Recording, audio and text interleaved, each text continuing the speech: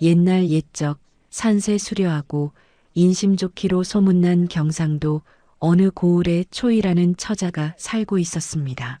초이는 일찍이 아버지를 여의고 홀어머니를 모시며 가난하게 살았지만 그 자태가 마치 달빛 아래 핀 백합처럼 고고하고 성품이 비단결 같아 마을 사람들의 칭송이 자자했습니다.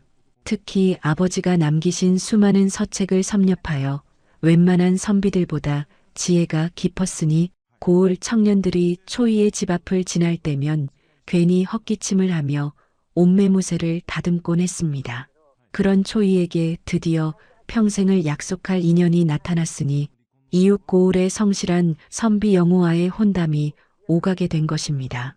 구독과 좋아요 눌러주시고 밤빛 야담 지금부터 시작합니다.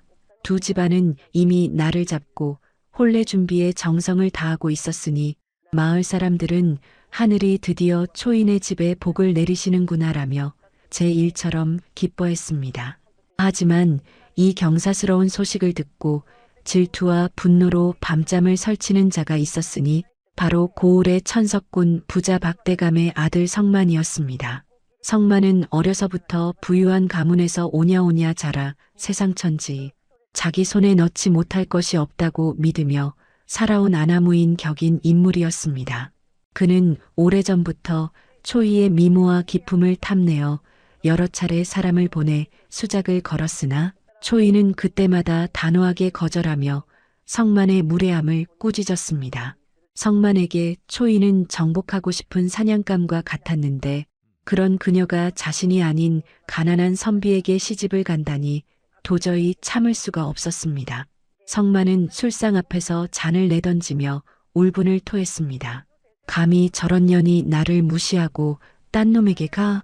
내 손에 넣지 못할 바엔 차라리 진흙탕에 구르게 만들어주마.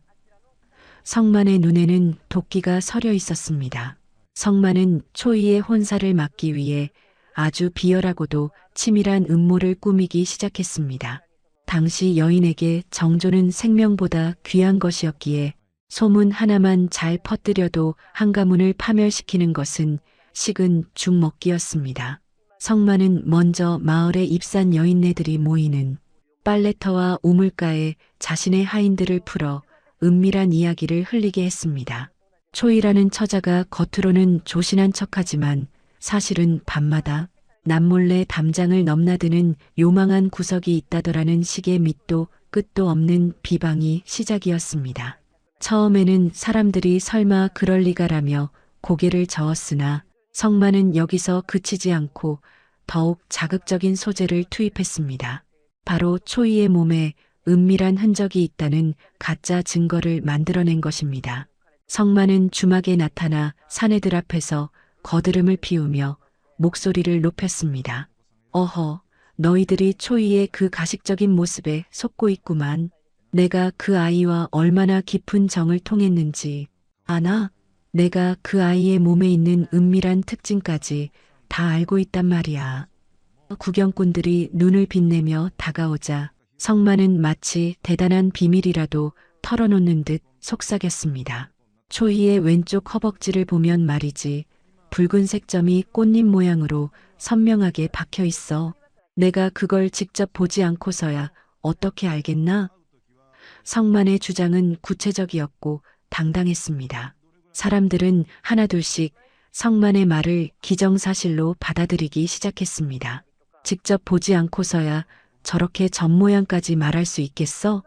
라며 초이를 향한 의심의 눈초리는 걷잡을 수 없이 퍼져나갔습니다.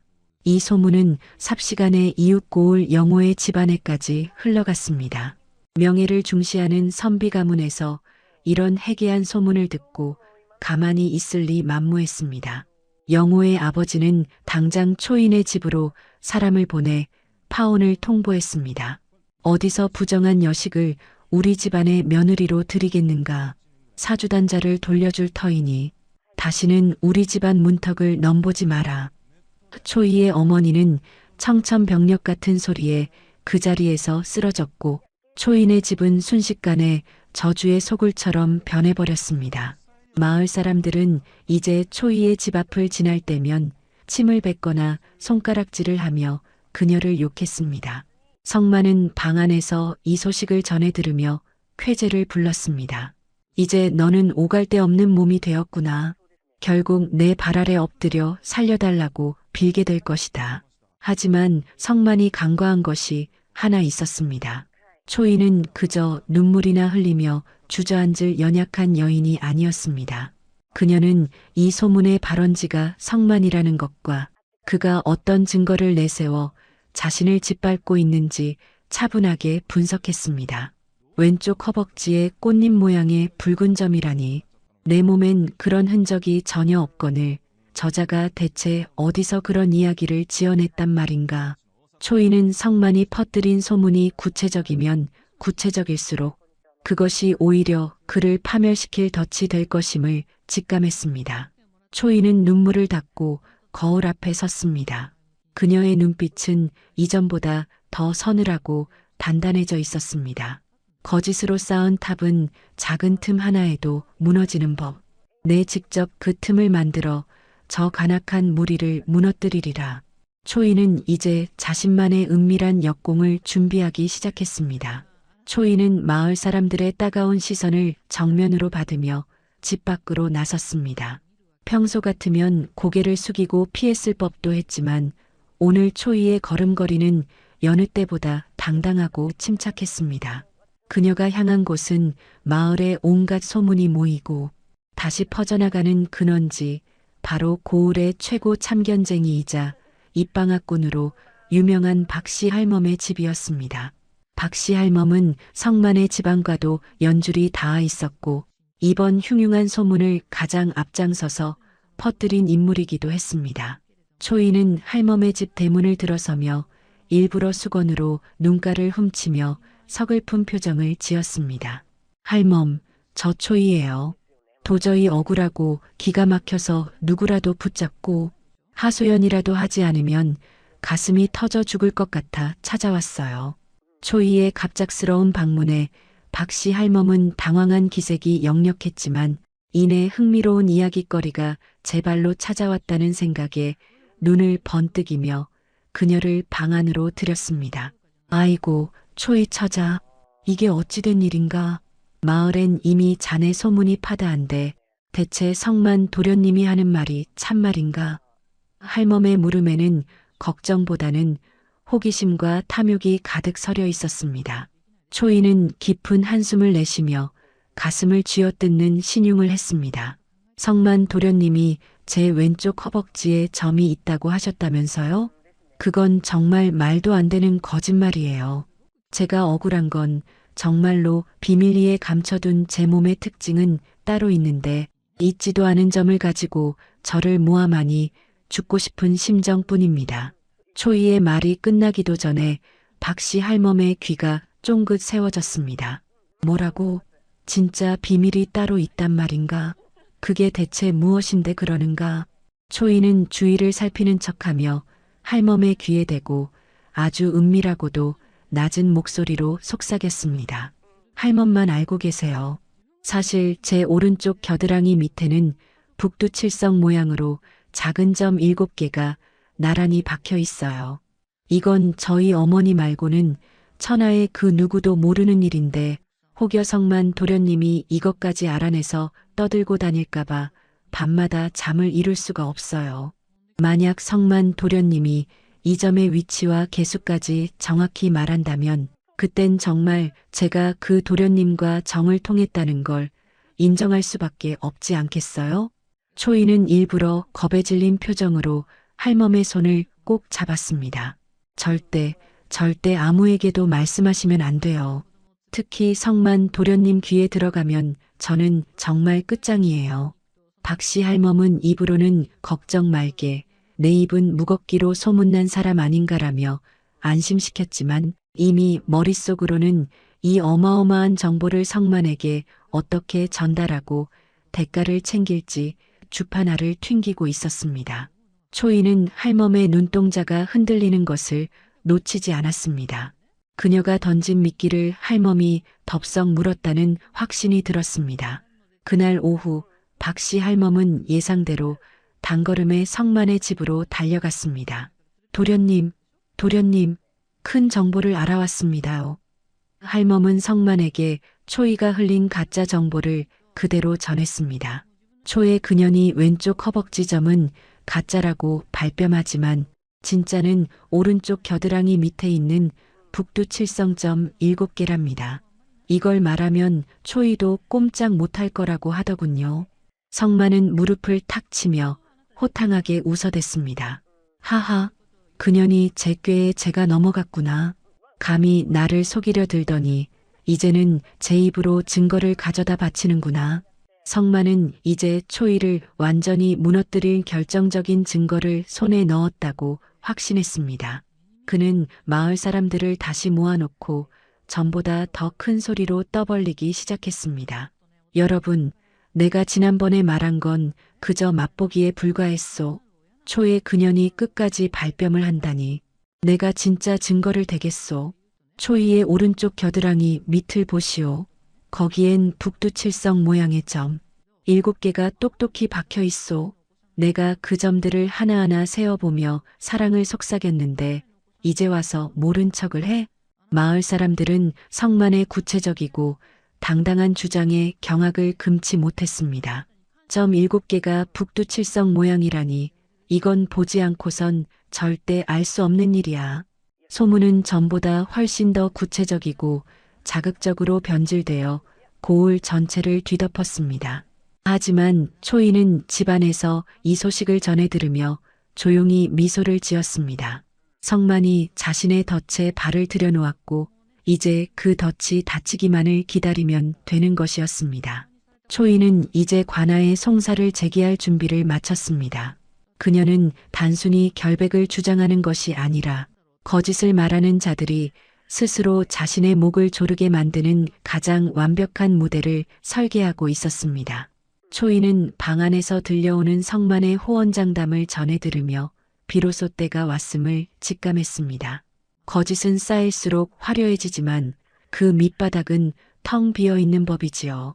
성만은 초이가 던진 오른쪽 겨드랑이 밑에 북두칠성점 7개라는 미끼를 한치의 의심도 없이 덥석 물어버렸습니다. 이제 그가 사람들 앞에서 그 비밀을 떠벌리면 떠벌릴수록 초이가 쳐놓은 그물은 더욱 단단하게 그의 목을 죄어올 것입니다. 초이는 조용히 자리에서 일어나 아버지가 남기신 낡은 벼루의 먹을 갈기 시작했습니다. 검은 먹물이 번져가는 것을 보며 그녀는 자신의 결백을 넘어 한 인간의 탐욕이 어떻게 스스로를 파멸로 이끄는지 세상에 똑똑히 보여주리라 다짐했습니다. 다음 날 아침 초이는 단정한 소복 차림으로 관아를 향해 발걸음을 옮겼습니다. 마을 사람들은 관아로 향하는 초이의 뒷모습을 보며 수군거렸습니다. 아니, 저 처자가 제 발로 관아에 가다니 정말 정신이 나간 게 아니고서야 어찌 저러나? 성만 도련님이 점 위치까지 다 말했는데 이제 가서 무슨 망신을 당하려고 저러는지 모르겠어. 하지만 초이는 그런 시선에 아랑곳하지 않고 대문을 지나 원님 앞에 섰습니다. 그녀는 차가운 관아 마당 흙바닥에 엎드려 낭낭한 목소리로 외쳤습니다. 원님, 억울하옵니다. 근거 없는 소문으로 여인의 정조를 더럽히고 한 가문의 명예를 짓밟은 자를 엄히 다스려 주옵소서. 새로 부임한 원님은 고을의 평판을 중요하게 여기는 선비 출신으로 이번 사건을 매우 엄중하게 받아들였습니다. 초이라 하였느냐? 내가 성만을 고발하였으나 고을의 소문은 이미 내가 그와 정을 통했다는 쪽으로 기울어 있더구나. 특히나 성만은 내 몸의 은밀한 곳에 있는 점의 개수와 모양까지 증거로 내세우고 있는데 내가 무슨 수로 결백을 증명하겠다는 말이냐? 원님의 준엄한 질문에 초이는 고개를 들어 원님을 똑바로 응시했습니다. 원님, 거짓은 입에서 나오고 진실은 몸에서 나오는 법입니다.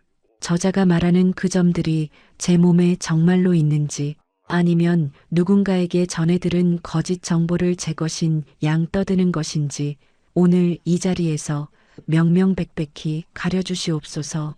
초이의 당당한 요구에 원님은 즉시 성만을 관하로 불러들였습니다. 성만은 자신의 아버지가 고을의 천석군 부자라는 위세를 믿고 비단 옷자락을 휘날리며 거드름을 피우며 나타났습니다. 그의 뒤에는 소문을 전달했던 박씨 할멈과 성만의 하인들이 승리감에 도취한 표정으로 뒤따랐습니다. 성만은 원님 앞에 서서 조롱 섞인 투로 말했습니다. 원님, 저 처자가 제 발로 무덤을 팔아온 모양입니다. 제가 이미 다 말하지 않았습니까? 초이의 오른쪽 겨드랑이 밑에는 북두칠성 모양으로 점 7개가 박혀 있습니다. 제가 그 아이와 한두 번 만난 사이도 아닌데 어찌 거짓을 고하겠습니까?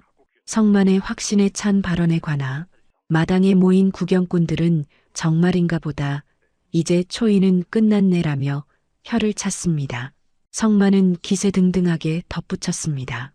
만약 제 말이 틀리다면 제가 어떤 벌이라도 달게 받겠습니다. 하지만 제 말이 맞다면 저를 무고한 저 요망한 계집을 엄히 다스려 주십시오. 성만의 목소리는 관아 마당을 쩌렁쩌렁 울렸습니다. 그는 자신이 박씨 할멈에게 들은 정보가 초이가 파놓은 덫이라는 사실을 꿈에도 모른 채 승리를 확신하며 오만한 미소를 지었습니다. 원님은 잠시 생각에 잠기더니 결단을 내렸습니다. 좋다. 양측의 주장이 이토록 팽팽하니 직접 확인하는 수밖에 없겠구나. 하지만 여인의 몸을 함부로 보일 수는 없는 법. 내 안사람을 불러 방 안에서 초이의 몸을 샅샅이 확인하게 하리라. 만약 성만 내가 말한 그 북두칠성점 7개가 없다면 너는 한 여인의 인생을 망치려 한 죄와 관할을 기망한 죄를 엄히 물을 것이다. 반대로 점이 있다면 초에 내가 무고의 죄를 뒤집었을 것이니 지금이라도 사실대로 말할 기회를 주겠다. 원님의 마지막 경고에도 초이는 흔들림 없이 대답했습니다. 원님, 어서 확인해 주시옵소서. 진실은 오직 제 몸만이 알고 있습니다. 원님의 부인이 안채에서 나와 초이를 데리고 방 안으로 들어갔습니다. 관아 마당에는 숨막히는 정적이 흘렀습니다. 성만은 여전히 입가에 비열한 미소를 띄우며 곧 초이가 수치심에 얼굴을 붉히며 끌려 나올 것이라 믿어 의심치 않았습니다. 그는 이미 초이를 자신의 첩으로 들여 어떻게 괴롭힐지 머릿속으로 그리고 있었습니다. 마을 사람들도 마른 침을 삼키며 방문이 열리기만을 기다렸습니다. 초이의 어머니는 관아 구석에서 두 손을 모으고 간절히 기도했습니다. 영감, 우리 초이를 지켜주소서. 지혜로운 저 아이가 억울한 일을 당하지 않게 굽어 살펴주소서. 시간은 짧았으나 그 기다림은 천년과도 같았습니다. 드디어 삐걱거리는 소리와 함께 안채의 문이 열리고 원님의 부인이 천천히 걸어 나왔습니다. 그녀의 표정은 그 어느 때보다 엄숙했습니다. 원님의 부인이 안채 마당으로 내려서자 관아에 모인 수백 명의 눈동자가 일제히 그녀의 입술로 향했습니다. 공기는 얼어붙은 듯 차가웠고 멀리서 들려오는 까마귀 소리조차 불길한 예감을 더하는 듯 했습니다. 성만은 여전히 뒷짐을 진 채 승전보를 기다리는 장수마냥 기세등등하게 서 있었고 그의 아버지 박대감 역시 아들의 승리를 확신하며 수염을 만지작거렸습니다. 그러나 원님 부인의 얼굴은 차갑다 못해 서슬퍼런 냉기가 서려 있었습니다. 그녀는 남편인 원님 앞에 서서 온 고을 백성이 들을 수 있도록 명확하고도 늠름한 목소리로 입을 열었습니다. 대감, 제가 이 처자의 몸을 머리카락 한 올부터 발가락 끝까지 샅샅이 확인하였습니다. 성만 도련님이 그토록 당당하게 외치던 그 북두칠성점 7개는커녕 티끌 하나 없이 깨끗한 살결이었습니다. 오른쪽 겨드랑이 밑은 고사하고 온몸 어디에도 점이라고는 찾아볼 수 없으니 저자가 말한 증거는 명백한 거짓이옵니다. 그 순간 관아 마당은 폭발할 듯한 함성과 경악 섞인 수군거림으로 가득 찼습니다. 성만의 얼굴은 순식간에 핏기가 가시며 잿빛으로 변했습니다. 방금까지 조롱하던 입술은 보기 흉하게 떨리기 시작했고 뒷짐지고 있던 손은 갈피를 못 잡고 허공을 휘저었습니다. 그럴 리가 없습니다. 분명히 점이 7개라고. 아니, 제가 제 눈으로. 아니, 분명히 있다고 들었는데. 성만은 당황한 나머지 자신이 직접 보았다는 말과 들었다는 말을 섞어가며 횡설수설하기 시작했습니다. 박대감 또한 예상치 못한 결과에 지팡이를 떨어뜨리며 아들을 망연자실하게 바라보았습니다. 원님은 책상을 강하게 내리치며 호통을 쳤습니다. 이놈 성만아, 내 놈은 방금 전까지 내 눈으로 직접 세어보며 사랑을 속삭였다고 하지 않았느냐? 그런데 있지도 않은 점을 어찌 보았단 말이냐? 내 놈의 눈은 귀신이라도 씌어 없는 것을 본 것이냐? 아니면 내 혀가 지옥의 불길을 자초하는 독사의 혀란 말이냐? 원님의 사자 후에 성만은 무릎을 꿇고 바들바들 떨며 고개를 들지 못했습니다. 이때를 놓치지 않고 초이가 차가운 흙바닥에서 일어나 먼지를 털어내며 성만을 매섭게 노려보았습니다. 원님, 저 어리석은 자가 왜 있지도 않은 점 7개를 보았다고 장담했는지 그 연유를 제가 밝히겠사옵니다. 사실 저는 며칠 전 마을에서 입이 가장 가볍기로 소문난 박씨 할멈을 찾아갔습니다. 그리고 일부러 눈물을 흘리며 거짓 정보를 흘렸지요. 제 몸에는 아무도 모르는 북두칠성점 7개가 겨드랑이 밑에 숨겨져 있다고 말입니다. 저는 저자가 제 명예를 더럽히기 위해 수단과 방법을 가리지 않을 것을 알고 있었습니다. 그래서 저자가 물 수밖에 없는 독이 든 미끼를 던진 것입니다. 저자는 제 몸을 단 한 번도 본 적이 없으면서도 박씨 할멈에게 전해 들은 가짜 정보를 믿고 오늘 이 자리에서 당당하게 거짓 증언을 한 것이옵니다. 초이의 서늘한 기계가 담긴 고발이 끝나자 사람들의 시선은 일제히 구경꾼들 틈에 끼어 있던 박씨 할멈에게 쏠렸습니다. 할멈은 자신의 죄가 천하에 드러나자 얼굴이 흑빛이 되어 뒷걸음질을 쳤으나 이미 원님의 포교들이 그녀의 앞뒤를 꽉 막아선 뒤였습니다. 할멈은 그 자리에 주저앉아 머리를 바닥에 찌우며 울부짖었습니다. 원님, 죽을 죄를 지었습니다. 성만 도련님이 워낙 위세가 당당하고 돈을 싸들고 오셔서 저는 그저 전에 들은 말을 도련님께 알려드린 것뿐입니다. 초의 처자가 저를 속일 줄은 꿈에도 몰랐습니다요. 박씨 할멈의 실토는 성만의 목을 죄는 마지막 올가미가 되었습니다. 성만은 이제 도저히 빠져나갈 구멍이 없음을 깨닫고 바닥을 기며 용서를 구했습니다. 원님, 제발 살려주십시오. 제가 잠시 미모에 눈이 멀어 어리석은 짓을 저질렀습니다. 다시는 이런 일이 없도록 하겠으니 한 번만 자비를 베풀어 주십시오. 하지만 원님의 눈빛은 추호의 흔들림도 없었습니다. 부유한 집안의 아들이라는 이유로 법을 우습게 알고 힘없는 처자의 인생을 장난처럼 유린하려 한 성만의 죄는 결코 가벼운 것이 아니었기 때문입니다. 관아 마당에 모인 백성들은 분노에 차 소리쳤습니다. 저런 천하의 고약한 놈을 보았나? 돈이면 다 되는 줄 알고 남의 귀한 딸 자식을 사지로 몰아넣다니. 당장 곤장을 쳐서 본때를 보여주십시오. 원님, 민심의 불길은 걷잡을 수 없이 타올랐습니다. 성만은 공포에 질려 눈물 콧물을 흘렸고 박대감은 아들의 처참한 몰골에 고개를 돌리고 말았습니다. 초이는 이 광경을 묵묵히 지켜보며 깊은 숨을 내뱉었습니다.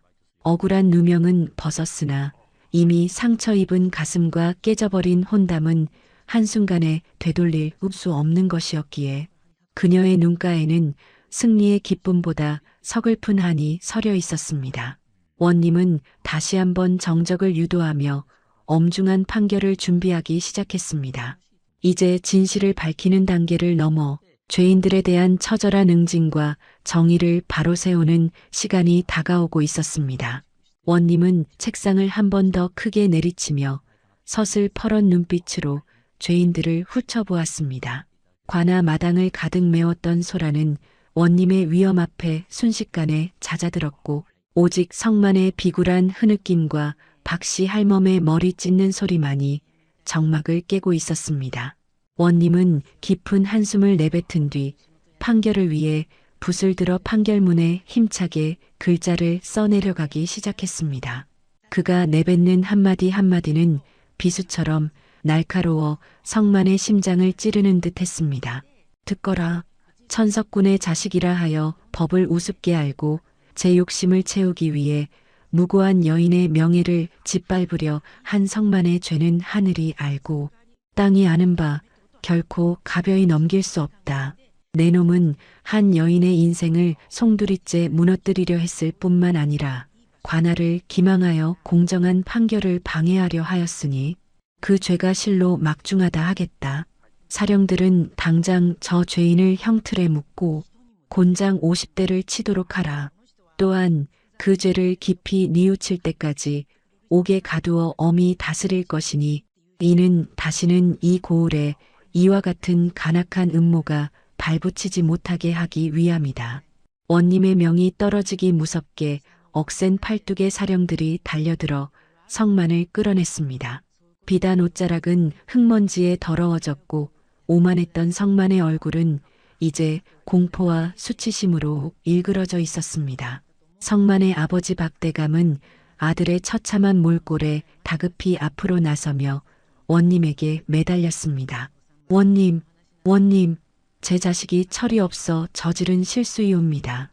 제가 대신해서 백배사죄 드리고 초이 처자에게는 충분한 보상을 할 터이니 제발 매만은 거두어 주십시오.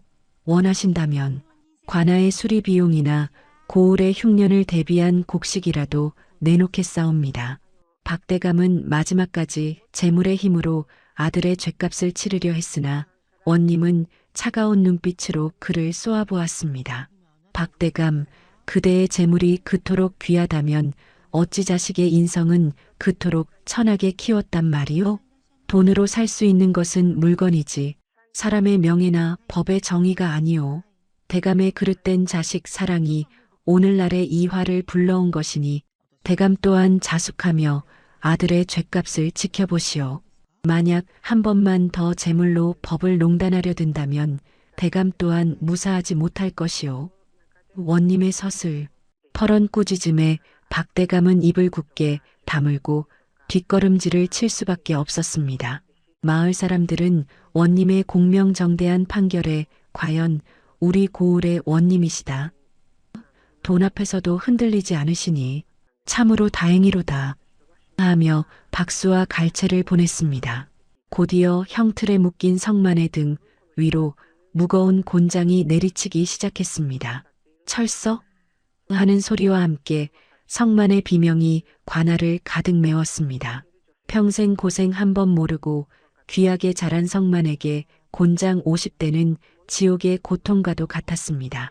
한 대씩 장이 더해질 때마다 성만의 살점은 터져나갔고 비명은 점차 잦아들어 신음으로 변해갔습니다.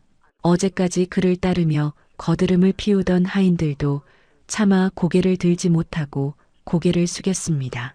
악인이 스스로 판 함정에 빠져 그 대가를 치르는 광경은 지켜보는 이들에게는 통쾌함을, 불의를 꿈꾸는 이들에게는 두려움을 안겨주었습니다. 한편 이번 일을 도모하고 소문을 퍼뜨린 박씨 할멈에 대한 판결도 이어졌습니다. 박씨 할멈은 제 이익을 위해 타인의 불행을 이용하고 거짓을 진실인 양 퍼뜨려 고을의 풍기를 물랑케 하였다.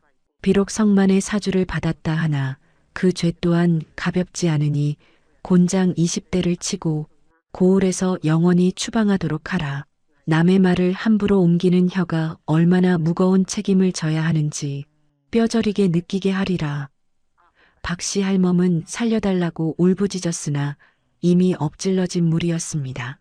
할멈의 울음 섞인 비명이 성만의 신음과 겹쳐지며 관아 마당에는 권선징하게 서늘한 기운이 감돌았습니다. 초이는 형틀 옆에서 피 흘리며 고통받는 성만을 묵묵히 지켜보았습니다. 가슴속에 맺혔던 응어리가 조금은 풀리는 듯 했지만 마음 한구석은 여전히 허전했습니다. 그녀는 성만이 받는 고통보다 그동안 자신이 견뎌야 했던 차가운 시선과 어머니의 눈물을 떠올렸습니다. 진실이 밝혀졌다고 해서 이미 찢어진 마음이 한순간에 아물 수는 없는 법이었지요. 하지만 초이는 이제 더 이상 고개를 숙이지 않았습니다. 그녀는 자신의 지혜로 당당히 승리했고 이제부터는 남들의 시선이 아닌 자신의 의지로 삶을 개척해 나갈 준비가 되어 있었습니다. 원님은 모든 집행이 끝난 뒤 초이를 가까이 불렀습니다. 초이야, 내 비록 여인의 몸이나 그 기계와 지혜가 가히 우리 고을의 으뜸이로다. 간악한 무리의 함정을 역으로 이용하여 진실을 밝혀낸 내 공을 높이 산다. 내 명예는 이제 완전히 회복되었으니 앞으로는 당당히 어깨를 펴고 살아가거라. 내 또한 내 결백을 온 고을에 방을 써붙여 다시는 누구도 너를 비방하지 못하게 하리라. 원님의 따뜻한 위로에 초이는 비로소 참았던 눈물을 흘리며 깊이 절을 올렸습니다. 원님, 공정한 판결에 깊이 감사드리옵니다. 덕분에 저희 아버님의 이름에 먹칠을 하지 않게 되었사옵니다. 관아 마당에 모인 백성들은 춘심의 뒷모습을 보며 아낌없는 격려와 박수를 보내주었습니다.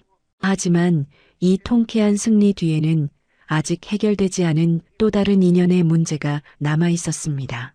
깨져버린 혼담과 초이의 미래를 향한 운명의 수레바퀴는 이제 막 새로운 방향으로 구르기 시작했습니다. 관아에서의 소동이 일단락되고 성만과 박씨 할멈이 끌려가자 마당을 가득 메웠던 열기는 차갑게 식어갔습니다. 초이는 어머니 선옥의 부축을 받으며 천천히 집으로 향했습니다. 길가에 서 있던 마을 사람들은 어제까지만 해도 초이를 향해 침을 뱉고 손가락질하던 이들이라고는 믿기지 않을 만큼 상냥한 얼굴로 그녀를 대했습니다. 초의 처자, 정말 고생 많았네.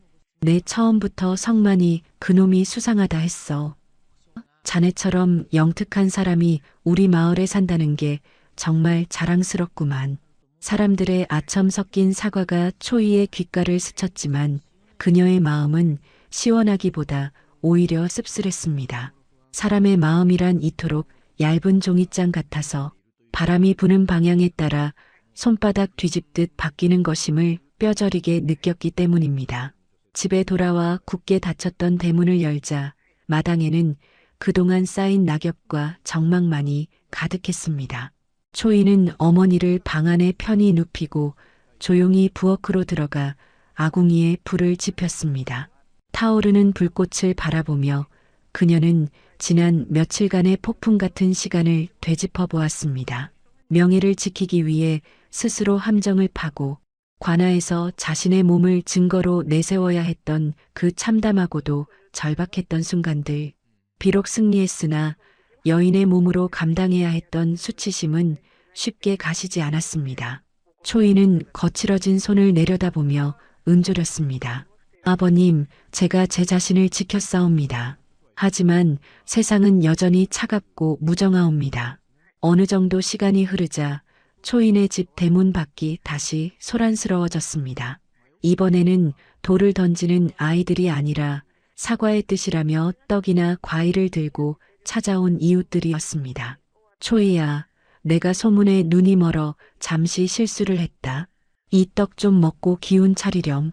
초이는 그들의 방문을 굳이 막지 않았지만 그렇다고 예전처럼 반갑게 맞이하지도 않았습니다. 그저 담담히 인사를 받고 선물을 돌려보내거나 조용히 갈무리할 뿐이었습니다. 진실이 밝혀졌다고 해서 이미 깨진 항아리가 온전해질 수 없듯 마을 사람들과의 깊은 유대감 역시 예전 같을 수는 없었습니다. 초이는 이번 일을 통해 진정으로 믿을 수 있는 것은 오직 자신뿐이라는 사실을 다시금 깨달았습니다. 그러던 어느 날 오후 마당을 쓸고 있던 초이 앞에 낯익은 얼굴들이 나타났습니다. 바로 파혼을 통보했던 이웃 고을 선비 영혼의 집안의 매파와 영호의 숙부였습니다. 그들의 얼굴에는 당혹감과 미안함 그리고 일말의 기대감이 섞여 있었습니다. 매파는 초이의 눈치를 살피며 조심스럽게 입을 열었습니다. 초의 처자, 그리고 선옥 부인. 정말 면목이 없게 되었소. 우리 댁 어르신께서도 소문에 속아 큰 실수를 하셨다며 며칠째 식사도 제대로 못하고 계신다오. 이제 모든 오해가 풀렸으니 깨졌던 혼담을 다시 이어가는 것이 어떻겠소? 영호 도령도 처자를 잊지 못해 밤마다 한숨만 쉬고 있다오. 매파의 말에 방 안에서 이 소리를 듣고 있던 어머니 선옥은 내심 가슴이 뛰었습니다.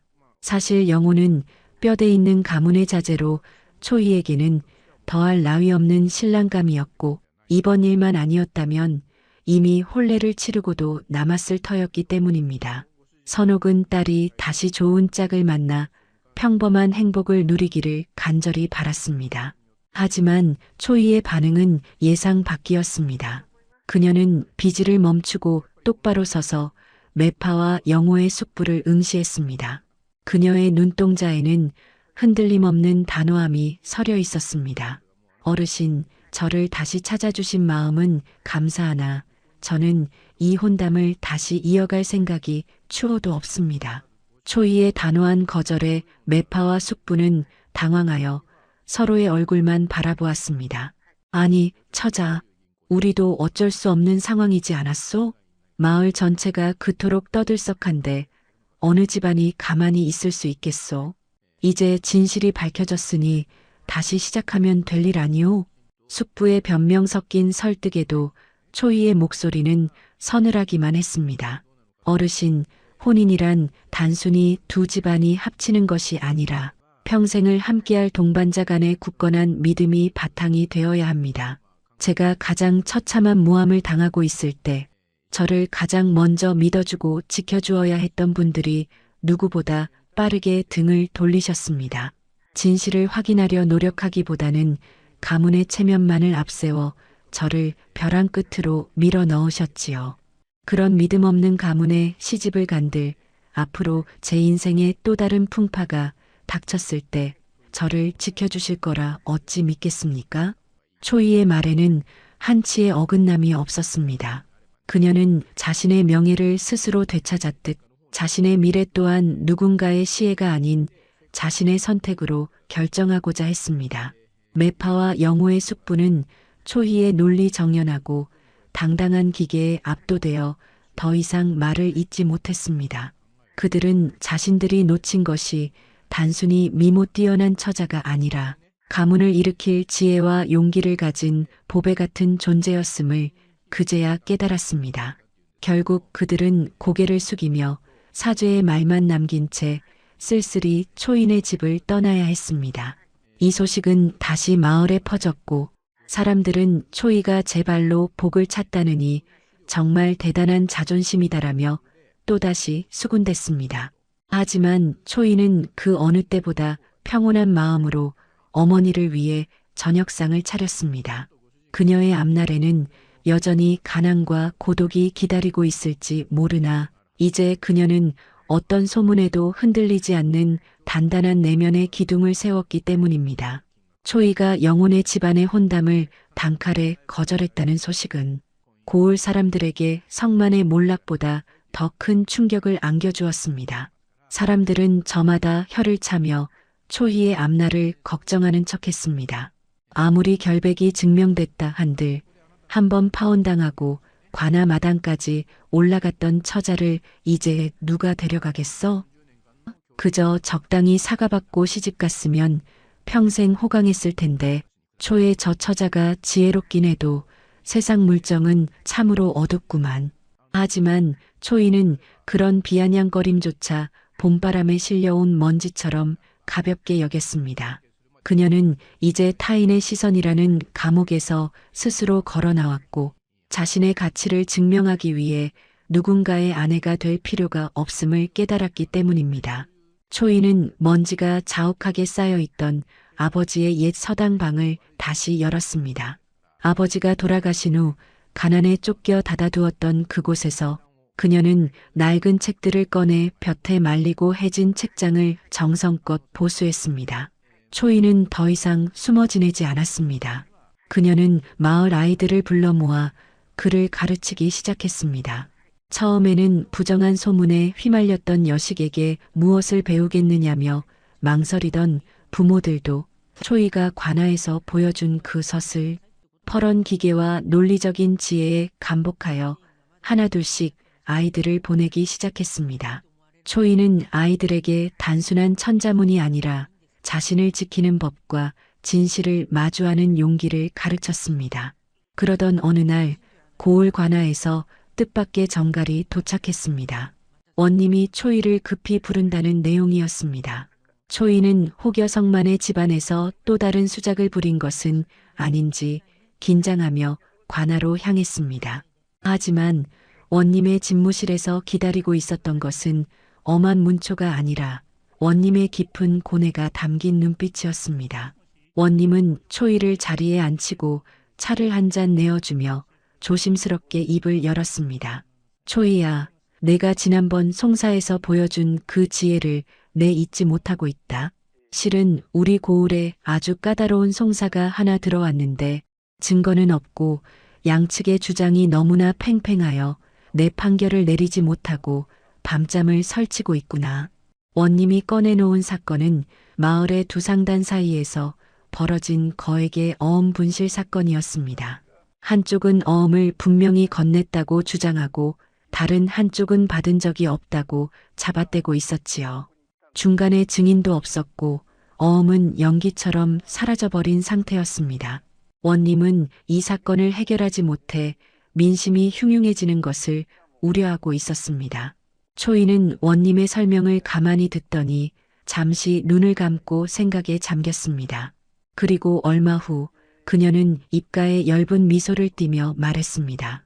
원님, 사람의 마음은 재물 앞에서 흔들리지만 그 흔들림을 잡아내는 것은 결국 보이지 않는 심리의 그물입니다.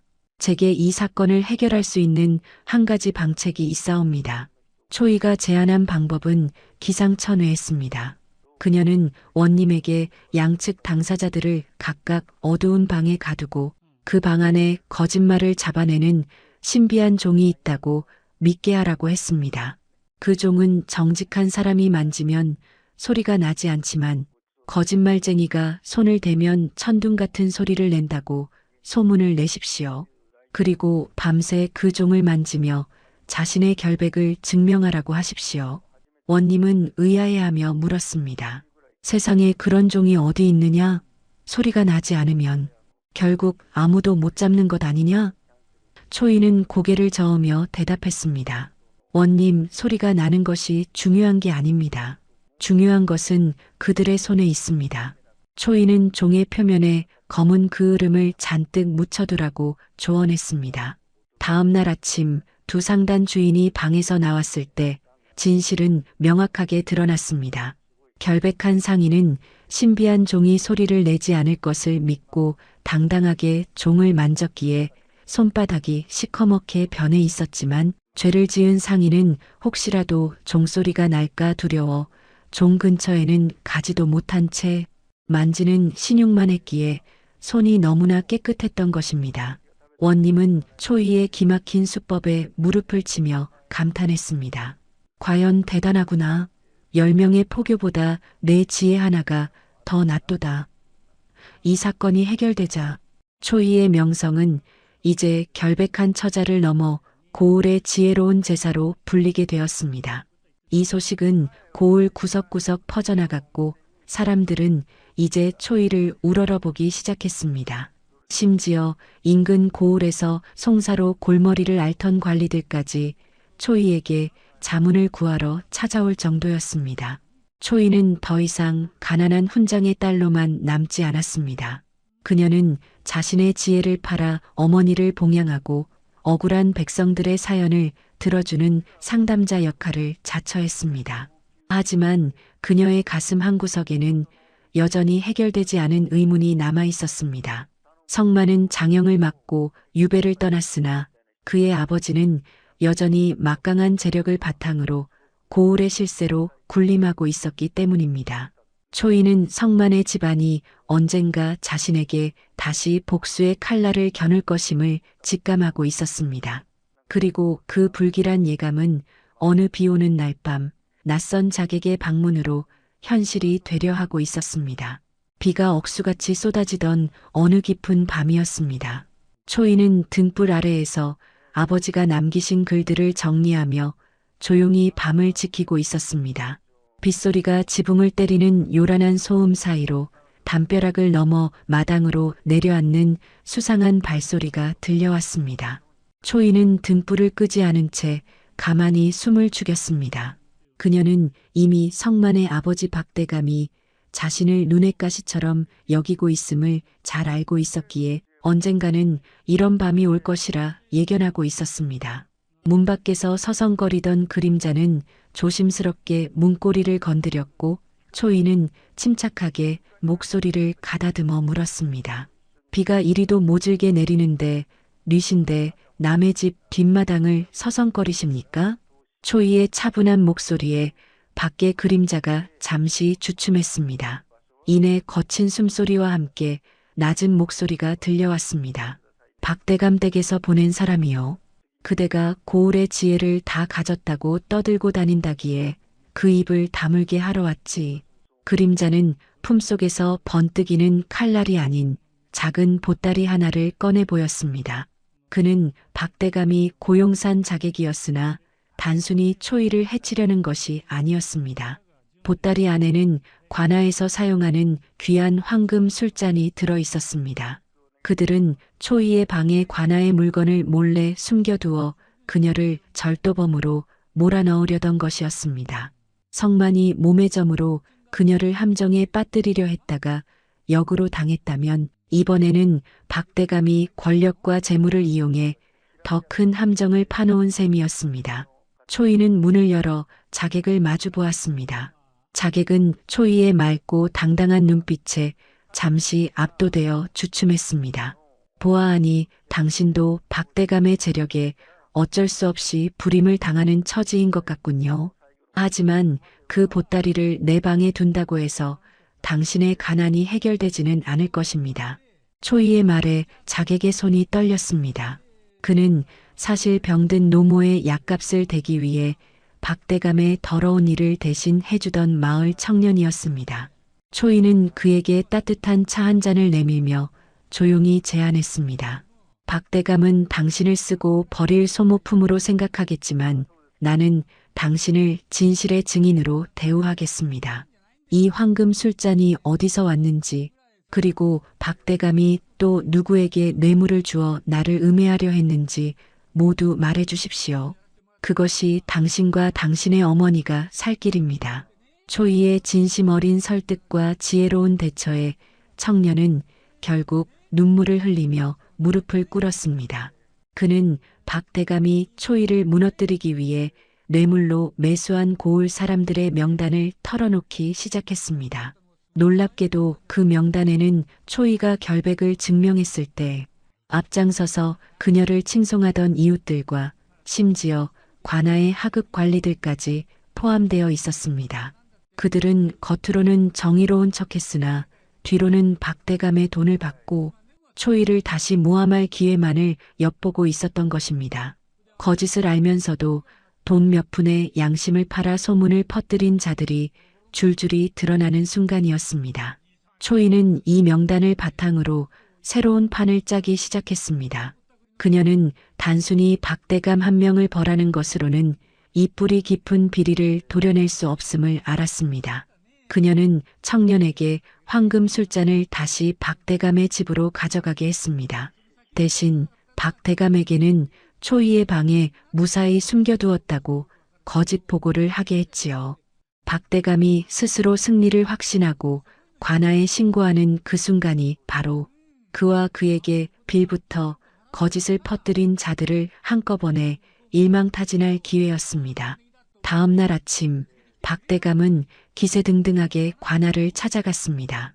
원님, 제 집안의 가보이자 관아에 진상하려던 황금 술잔을 초이가 훔쳐갔다는 첩보를 입수했습니다. 당장 그년의 집을 수색해 주십시오.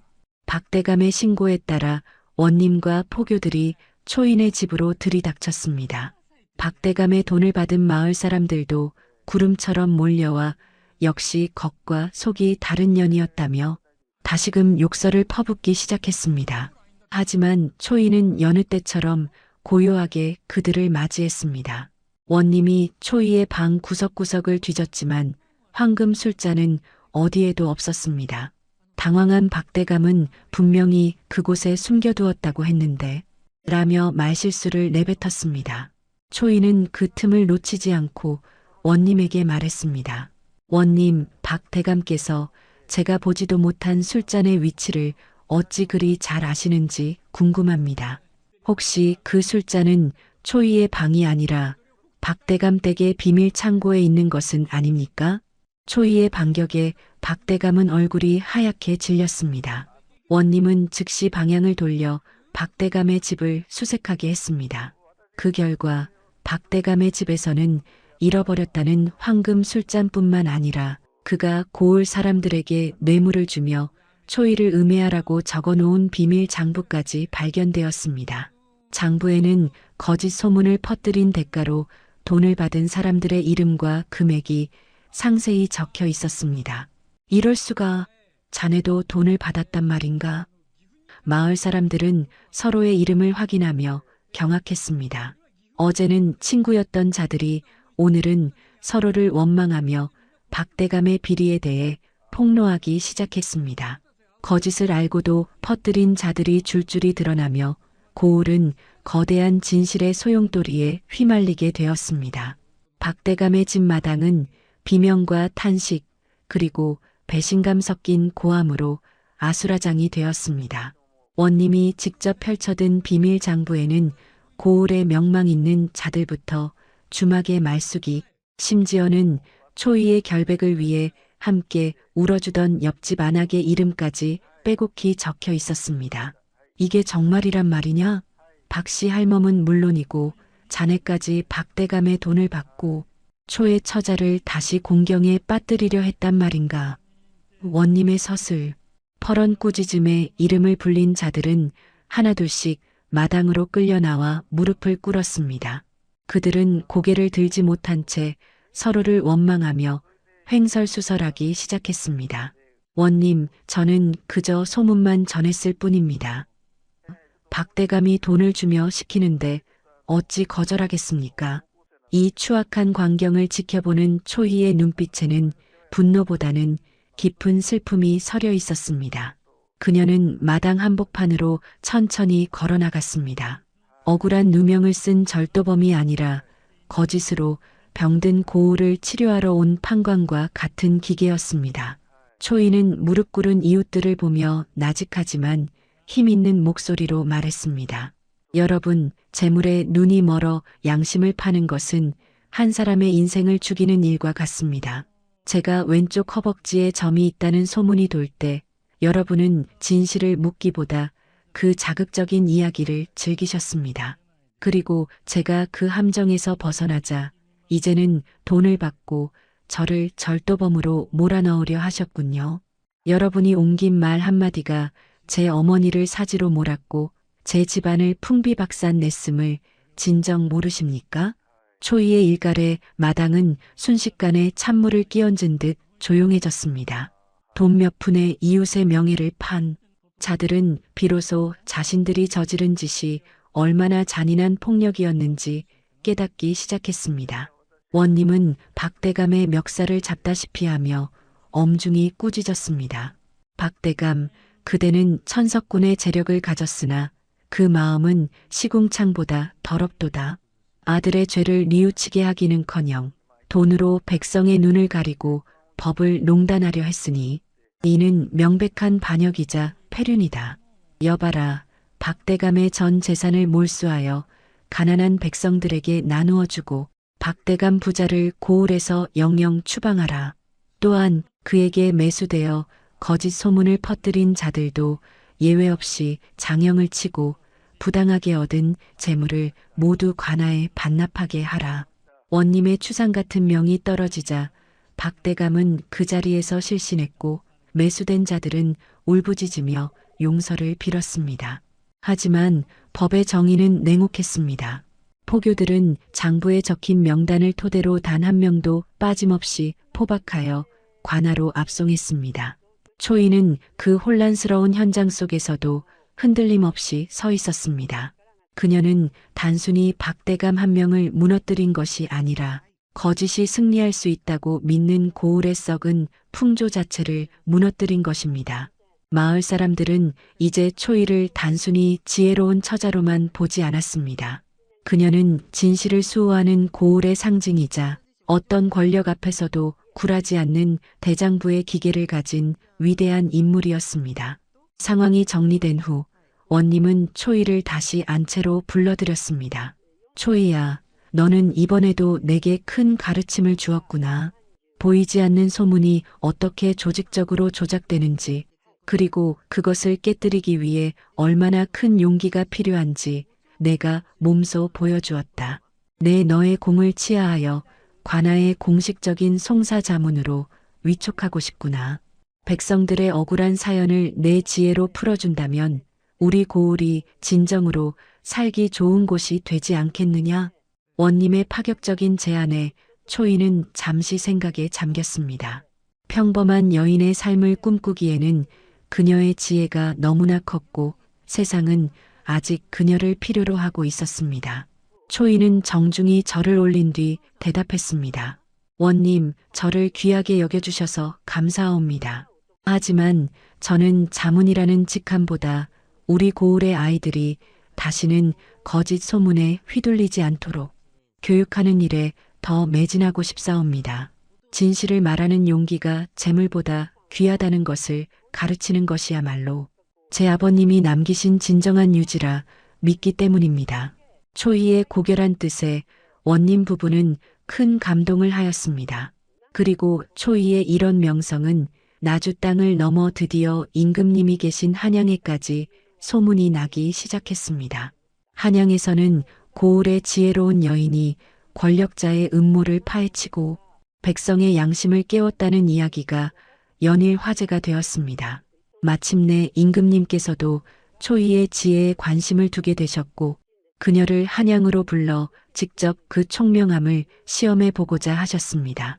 가난한 훈장의 딸에서 고을의 제사로, 그리고 이제는 나라 전체의 주목을 받는 인물이 된 초이의 앞날에는 또 다른 거대한 운명의 소용돌이가 기다리고 있었습니다.